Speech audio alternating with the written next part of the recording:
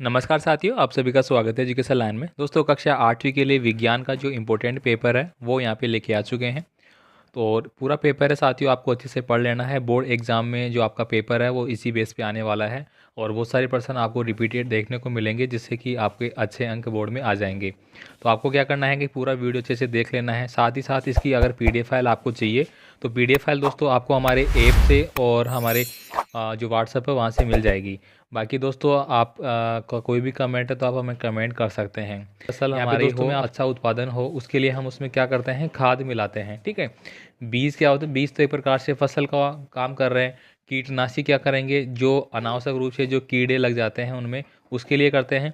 और जल हो गया, जो कि फसल का उत्पादन के लिए एक आवश्यक तत्व हो गया, जो अपन इसमें शामिल करते हैं। नेक्स्ट प्रश्न देखिए, यहाँ पे अगला क्वेश्चन है, क्वेश्चन नंबर 2। अग्निरोधक प्लास्टिक का उदाहरण है वो आपको यहाँ पे बताना पड़ेगा, यानी कि जिसमें कि अग्नि का जल्दी से आग नहीं पकड़ती है, तो वो हो जाता है हमारा मेलामाइन। अगला देखिए, प्राकृतिक रेशा कौन सा है? तो प्राकृतिक रेशा की अगर बात करें तो वो होता है हमारा रेशम। रेशम आप सभी को पता है कि किस प्रकार से इसका उत्पादन होता है। निम्न में से अधातु आपको बताना है। यानी कि देखिए, आयरन है वो भी हमारी क्या हो जाती है, धातु का रूप है। कॉपर भी धातु का रूप है, एल्यूमिनियम भी धातु का रूप है। लेकिन जो सल्फर है वो क्या है, मेरी अधातु है। ठीक है, तो यहाँ पे ये टिक करना है आपको। नेक्स्ट क्वेश्चन देखिए, यहाँ पे खाद्य सामग्री का लपेटने के लिए किस धातु की पन्नी का हम उपयोग करते हैं?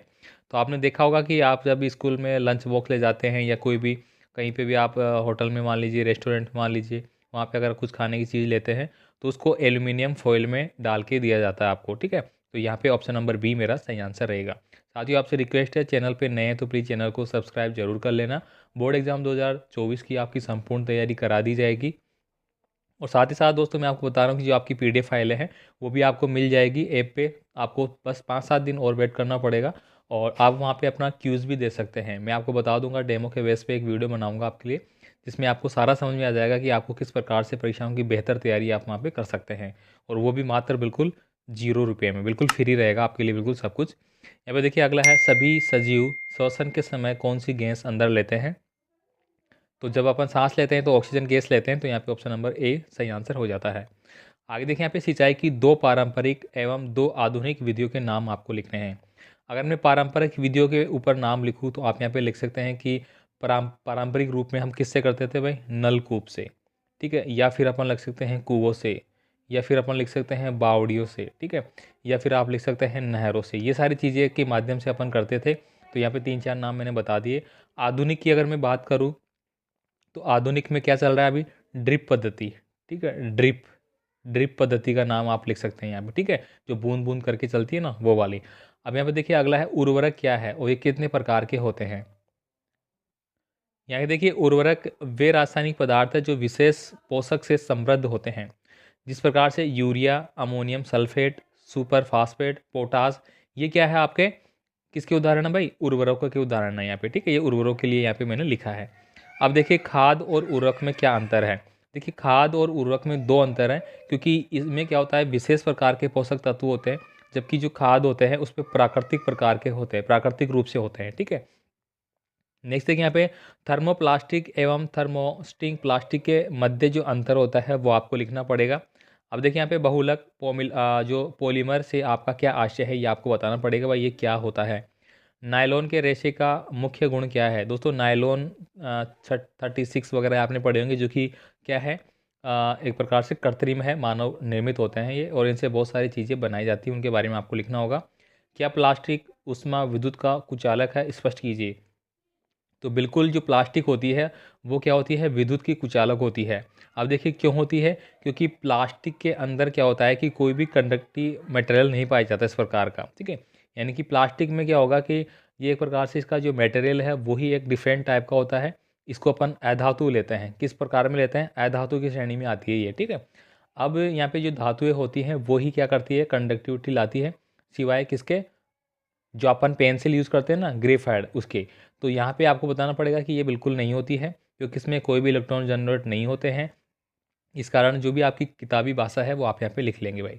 धातु एवं अधातु को उदाहरण सहित आपको बताना है। लास्ट वीडियो में दोस्तों मैंने अच्छे से इसको बताया था आपको, अगर आपने देखा होगा तो। दोस्तों, जो भी वीडियो आपको बताए जा रहे हैं अभी बोर्ड एग्जाम के लिए आपके, ठीक है, वो आप ज़रूर देखें भाई, आपको 100% लाभ मिलेगा।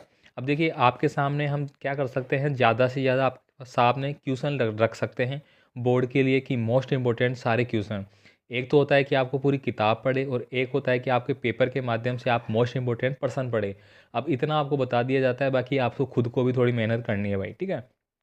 बहुत सारे विद्यार्थी क्या करते हैं, सर आपने इनका आंसर दिया ही नहीं बड़े क्वेश्चनों के। अरे भाई यार, इस सबके आंसर देना पॉसिबल नहीं होता है। तो यहाँ पे देखिए अगला जो है मेरा, पेट्रोलियम निर्माण की प्रक्रम को समझाइए। कल ही मैंने शायद विज्ञान का एक पेपर बनाया था आपके लिए, उसमें पूरा पेट्रोल की बारे में था कि पेट्रोल के क्या क्या उपयोग है, कहाँ कहाँ पे उसका यूज़ किया जाता है, सारा उसमें दिया गया था। अब यहाँ पे देखिए कोक के लक्षणों और उपयोगों के आपको यहाँ पे लिखना है। इसके बाद देखिए यहाँ पे सेकंड क्वेश्चन आपके आता है लघुत्रात्मक में, यानी कि समझाना है कि आपको CO2 किस प्रकार आग को नियंत्रण करती है, और मोमबत्ती की ज्वाला का चिन्हित चित्र भी आपको बनाना है। ऑलरेडी दोस्तों मैंने आपको बताया था एक क्वेश्चन, और एक क्वेश्चन पेपर है जो कि मोस्ट इंपॉर्टेंट था, जो मैंने ऑलरेडी आपको आंसर के साथ में बताया था। उसका लिंक आपको डिस्क्रिप्शन बॉक्स में मिल जाएगा ऊपर ही ऊपर, आप उसको ज़रूर पढ़ लेना भाई। वो एकदम मैं कह रहा हूँ कि श्योरिटी के साथ कि उसमें से अर्धवार्षिक परीक्षाओं में भी आपके लगभग प्रश्न मिले थे और वार्षिक में भी मिलेंगे, क्योंकि वो वहाँ पे मैंने पूरा किताब के जितने भी चैप्टर थे उनसे निचोड़ किया है, ठीक है, और वो आपको वहाँ पे दिया है, तो आप उसको एक बार ज़रूर देख लेना। अब CO2 क्या होती है दोस्तों, एक प्रकार से बाहरी गैस होती है। ये क्या होती है, बाहरी गैस होती है ऑक्सीजन से। तो ये क्या करेगी, जहाँ पे ऑक्सीजन रहेगी उसको क्या करेगी, दबा देगी, बिल्कुल उसके ऊपर हावी हो जाती है, ऑक्सीजन को बिल्कुल नीचे बैठा देती है। अब ऑक्सीजन नहीं रहेगी तो सीधी सीधी बात है, किसी भी चीज़ में आग लगेगी नहीं, क्योंकि आग लगने के लिए ऑक्सीजन की ज़रूरत पड़ती है। अब यहाँ पे दूसरा है मोमबत्ती की ज्वाला का चित्र, तो वो तो आपको बनाना पड़ेगा, ठीक है। नेक्स्ट देखिए यहाँ पे कागज़ का पुनःचक्रण व कर वनोन्मूलन को रोका जा सकता है, स्पष्ट कीजिए। तो ये आपके लिए बहुत इंपॉर्टेंट है, ये भी आपको उसमें मिल जाएगा। वन्य जीव प्राणी जीव अभ्यारण्य से क्या स्पष्ट है, इनका आंसर भी आपको उसी में सब मिल जाएगा स्टेप बाय स्टेप, ठीक है। यहाँ पे नेक्स्ट आ गया, वनोन्मूलन से वर्षा दर किस प्रकार प्रभावित होती है। मानव नर जननांग का नामांकन चित्र आपको बनाना है, या फिर मादा जननांग का चित्र, तो दोनों में से आपको एक बनाना होगा। तो जो वीडियो मैंने बता रहा हूँ आपको, उसमें आपको ये वाला मिल जाएगा। वाहन चलाते समय हेलमेट क्यों आवश्यक है, मुंह पर मास्क लगाना क्यों जरूरी है। दोस्तों वाहन चलाते समय हमें हेलमेट लगाना बहुत आवश्यक है, क्योंकि इससे कोई भी दुर्घटना के समय हमारी सिर पे चोट नहीं लगेगी। और सिर का क्या होता है कि एक प्रकार से हमारा मस्तिष्क जो क्या है, CPU है। CPU का मतलब क्या, मेन चीज़ हमारी, ठीक है। अगर इस पर चोट आएगी तो हमारे शरीर में लकवा जा सकता है, हमारा शरीर की गतिविधि बंद हो सकती है, क्योंकि पूरा कंट्रोल कहाँ से होता है भाई, मस्तिष्क के होता है, ठीक है। इसलिए इसको सेफ रखना हमारी ज़रूरी है। मुंह पर मास्क क्यों लगाना चाहिए, मुंह पर मास्क इसके लिए लगाना चाहिए ताकि जो भी वायरल जो संक्रामित जो रोग होते हैं वायरल वाले, ठीक है, वो एक दूसरे में नहीं फैलेंगे, ठीक है। जैसे कि कोरोना आया था, अभी कोरोना में मास्क लगाया था तो वो यही था कि वायु के संपर्क में वो फैलता था, इसलिए इसको रोका गया था। नेक्स्ट देखिए यहाँ पे अगला है, LPG गैस को एक अच्छा ईंधन समझने के क्या कारण है।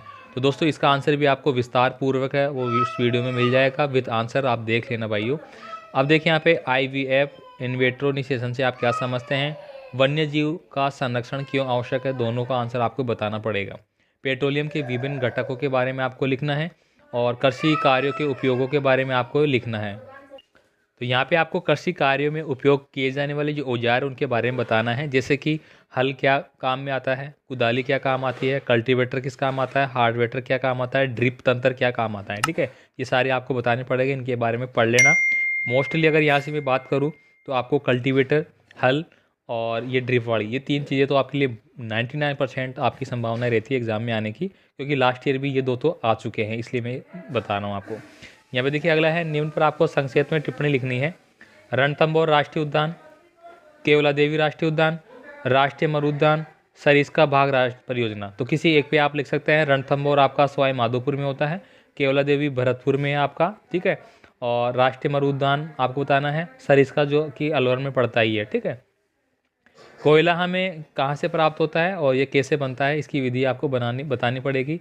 क्या हम नींबू के अचार को एल्यूमिनियम के पात्र में रख सकते हैं। तो ये सारे इंपॉर्टेंट प्रश्न हो गए, ये आपको पढ़ने